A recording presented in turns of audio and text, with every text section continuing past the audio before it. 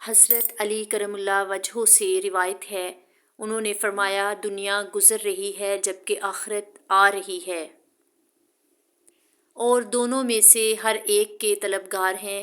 تم دنیا کے طلبگار نہ بنو، آخرت کے طلبگار بنو،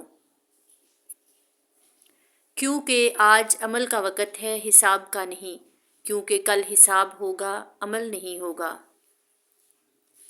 حضرت عبداللہ بن عمرو رضی اللہ تعالیٰ عنہ بیان کرتے ہیں، رسول اللہ صلی اللہ علیہ وآلہ وسلم سے عرض کیا گیا، کون سا آدمی بہتر ہے؟ آپ صلی اللہ علیہ وآلہ وسلم نے فرمایا، ہر صاف دل اور راست گو۔ صحابہ اکرام نے عرض کیا، ہم راست گو کے متعلق تو جانتے ہیں، صاف گو سے کیا مراد ہے؟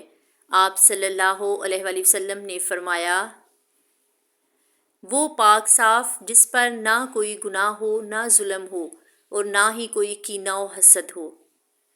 حضرت عائشہ صدیقہ رضی اللہ تعالیٰ عنہ بیان کرتی ہیں کہ ہمارا ایک پردہ تھا جس میں پرندوں کی تصویریں تھیں۔ یہ دیکھ کر رسول اللہ صلی اللہ علیہ وآلہ وسلم نے فرمایا، عائشہ صدیقہ اسے بدر ڈالو، کیونکہ جب میں اسے دیکھتا ہوں تو دنیا یاد کرتا ہوں۔